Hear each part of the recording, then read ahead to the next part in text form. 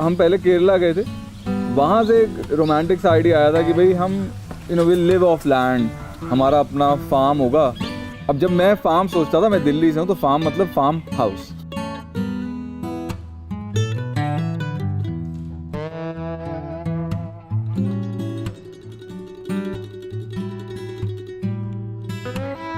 Over arching issue था कि we want a place जहाँ पे जानवर ना सिर्फ हील हों पर उनकी सुनवाई भी हो सके।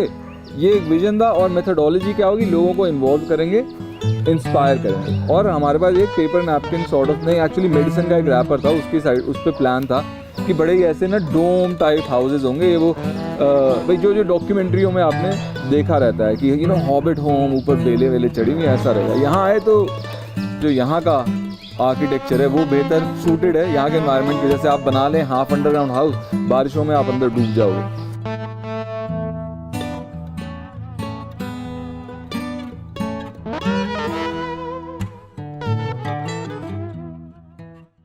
अब बहुत साल पहले चले जाएं, जब एग्रीकल्चर शुरू हुआ तो ये था कि भाई जंगल काटा, जंगल साफ किया और वहाँ पे उन्होंने उगाना शुरू कर दिया। अब जो जंगल था वहाँ पे बड़े टाइम से न्यूट्रिएंट्स का एक बैंक डिपॉजिटेड था। भाई पत्ते गिर रहे हैं, कुछ भी जानवर भी मर रहा है, वहीं पे कंपोस्ट हो रहा है, तो एक न्यूट्रिएंट्स थे। तो लोगों ने वहाँ पे जब उगाया तो वो न्यूट्रिएंट्स अवेलेबल थे। और गुड़ाई इसलिए की गई कि भाई जब ज़मीन सॉफ्ट हो जाती है तो जो जड़ें हैं उनको एक्सपेंड नहीं करनी पड़ती एनर्जी, फटाफट जड़ें फैलती हैं। जब लोगों ने परमानेंट खेत बना लिया, एग्रीकल्चर और डेवलप हो गया, तब भी इतनी प्रॉब्लम नहीं थी। आपको बता रहा था कि भाई भारत की जैसे तब अधिकांश जनता जैसे कृषि में थी, तो घर में गाय बैल रखा हुआ है ये वो, तो गोबर खाद ली और वो डाल दी, तो एक्सटर्नल न्यूट्रिएंट्स आ गए और तब भी साइकिल आपका चला हुआ था। नाउ प्रॉब्लम तब आई जब आपकी जो कृषि करने वाली जनता है वो हो गई बहुत कम और खाने वाली जनता बढ़ गई। बिकॉज गोबर यूज़ करना लॉजिस्टिकली चैलेंजिंग है, गोबर भारी होता है, तब आपको चाहिए रासायनिक खाद, भाई यूरिया वगैरह जो आप ऐसे फेंक के डाल सके। तो सारी जो समस्या है टिलिंग से शुरू हुई है, तो इसलिए हम नो टिल करना चाहते थे। दूसरा, अगर आप नेचर में देखें तो नेचर डजंट डिग होल्स, है ना। जैसे कोई भी बीज है गिरता है ज़मीन की सतह के ऊपर गिरता है और फिर वहीं से वो जम जाता है। पर मैं ये भी जानता हूँ भाई नेचर का किसी को 4 लोगों का पेट नहीं भरना। स्पेसिफिकली किसान जब उगाता है उसको एक है कि भाई मेरे को अपने परिवार का पेट भरना है, तो देयर इज़ दैट डिफरेंस। तो इसीलिए जो हम करते हैं उसको हम कहेंगे नो टिल या लो टिल कहेंगे। हम जो सब कुछ उगा रहे हैं ना, ये हम एक रेज्ड बेड्स में उगा रहे हैं। मतलब कहने को रेज्ड बेड्स हैं, है क्या, मतलब ज़मीन का तो यही लेवल था, हमने बीच में से बस नालियाँ खोद दी। पहले हमने स्क्वायर बनाए थे जैसे लोग यहाँ उगाते थे, पर क्या था कि स्क्वायर में मतलब आपको बीच में घुस के सब कुछ करना पड़ता था, चाहे वीडिंग करनी है, चाहे खाद डालनी है, पानी देना है, तो उसमें ज़मीन जो है बहुत कंप्रेस हो जाती है। ज़मीन क्या है आपका, इट्स अ स्ट्रक्चर, उसमें सॉलिड, लिक्विड, गैस, 3 चीज़ें हैं। जब आप उस पर पैर रख देते हैं वो रेत बन जाती है, तो दैट इज़ नॉट गुड। और ज़मीन जब कंप्रेस होती है तो फिर उसको आपको बारी बारी गुड़ाई करनी पड़ती है। हम गुड़ाई के विरुद्ध हैं। तो नो टिल का फंडा ये है कि भाई जितना वीड्स वगैरह होता है, जो कुछ बड़े ढीठ बेशरम वीड्स होते हैं वो हम उखाड़ देते हैं, बाकियों को हम काट देते हैं। हम चाहते हैं कि जो जड़ें हैं अंदर ही सड़ें। इनफैक्ट जो पिछले सीजन का भी क्रॉप है, जैसा भी ये मटर जब हटेगा तो हम इसको उखाड़ेंगे नहीं, हम चाहेंगे कि इसकी जो जड़ें हैं अंदर ही सड़ जाएं, because it provides food for fungus. जब वो डीकम्पोज होंगी it will also aerate the soil. जो सूरज की किरणें होती हैं उनमें अल्ट्रावायलेट रेज होती हैं, तो वो अल्ट्रावायलेट रेज जो हैं माइक्रो ऑर्गेनिजम्स को ख़त्म कर देती हैं। तो वो जो रेज हैं वो ज़मीन तक नहीं पहुंचती, तो हमारी ज़मीन में अच्छे माइक्रो ऑर्गेनिज्म भी ज़िंदा रहेंगे।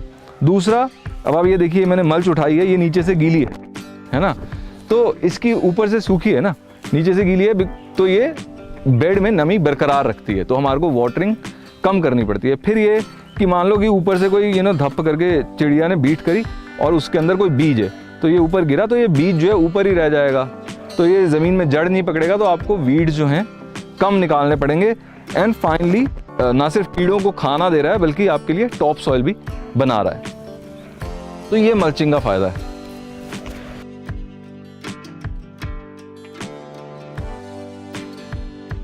पीपल फार्म शुरू करने में हमारी मंशा थी to help animals heal and be heard, पर ये 50% ऑफ आवर फिलॉसफी है। बिकॉज हमारी फिलॉसफी है कि भाई ज़िंदगी में हम कम से कम लें और अपना जीवन जो है अच्छा काम करने में इस्तेमाल करें।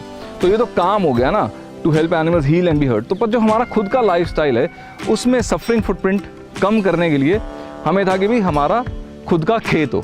लेकिन समस्या ये थी कि हमें खाना उगाना आता नहीं था। यूट्यूब वीडियोस बड़े देखे थे, किताबें बहुत पढ़ी थी।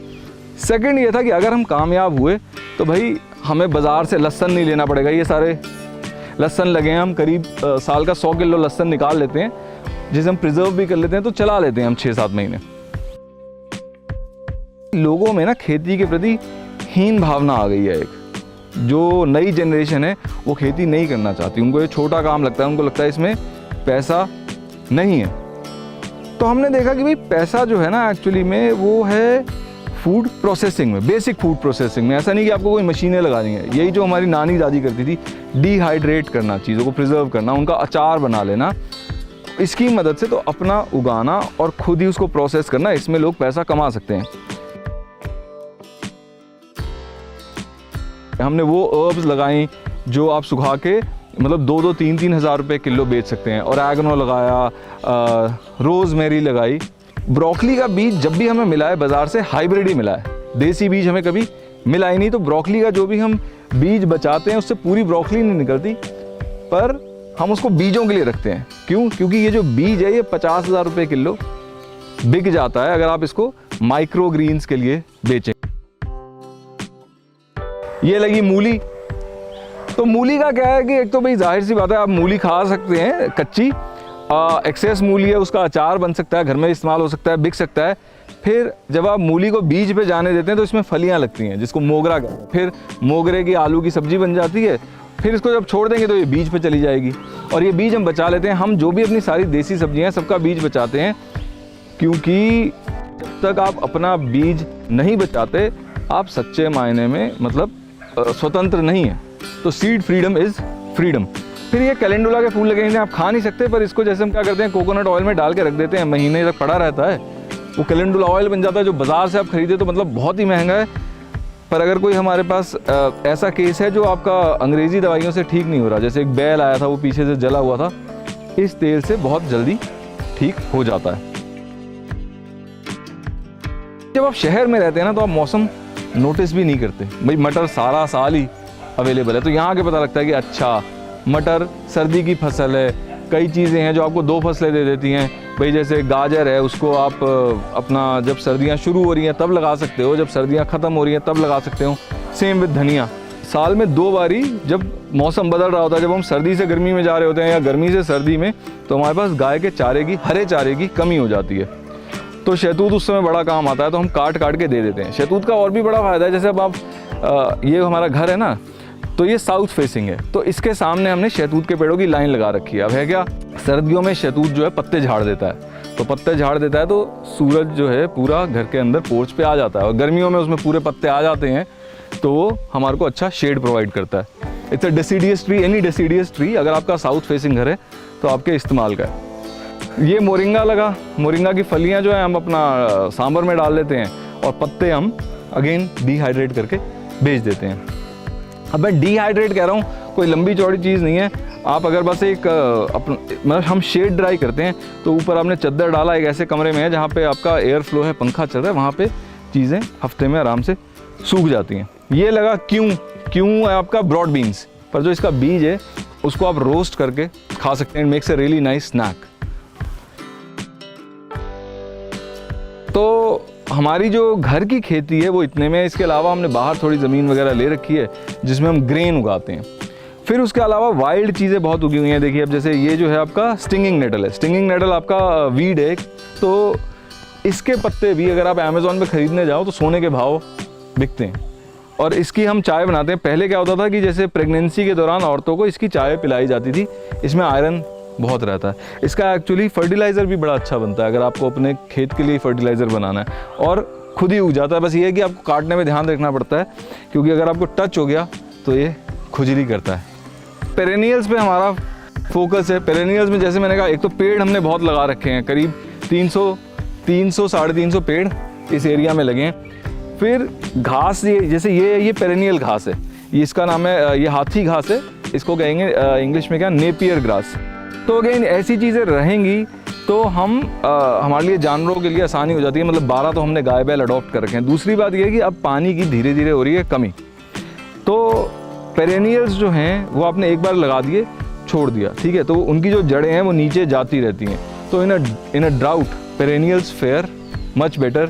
जो आपकी सीजनल चीज़ें उनके पास तो टाइम ही नहीं है ना उनका जड़ें फैलाने का, वो तो शैलो रूट सिस्टम रहता है। एक और पेरेनियल जो है यहाँ पे वो है बैम्बू, जो आपके पीछे सारा बैम्बू है। तो ये हमारा फायरवुड के लिए अच्छा काम आ जाता है। तो पहले हम फेंस के लिए इसको इस्तेमाल करते हैं, कंस्ट्रक्शन के लिए इस्तेमाल करते हैं और फ्यूल के लिए भी इस्तेमाल करते हैं। अगेन बैम्बू के पत्ते भी हम गाय को दे पाते हैं। तो जब मैं खाने की बात करता हूँ तो खाने के लिए सिर्फ हम अपने खाने का नहीं सोच रहे, we have to think about feeding.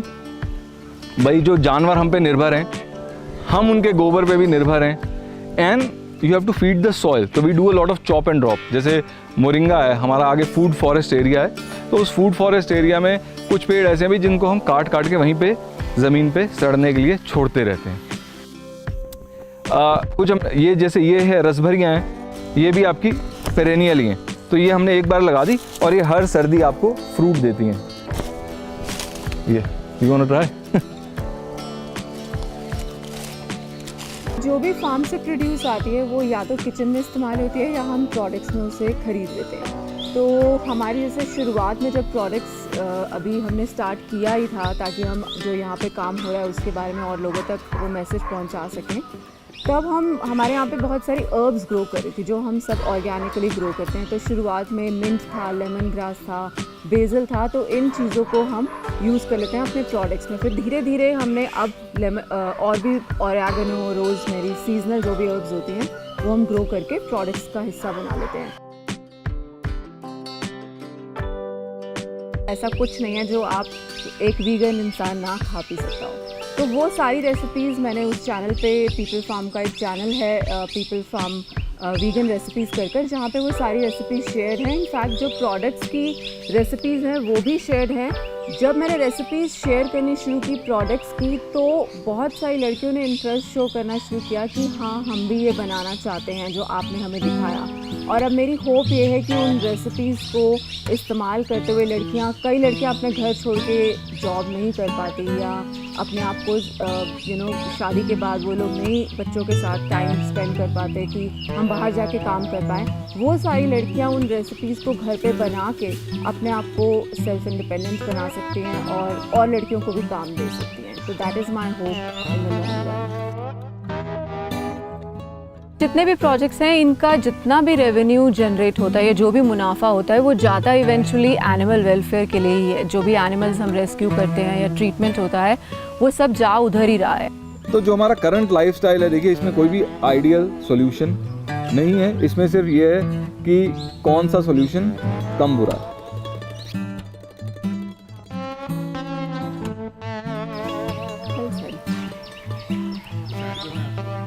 I think we summarized everything.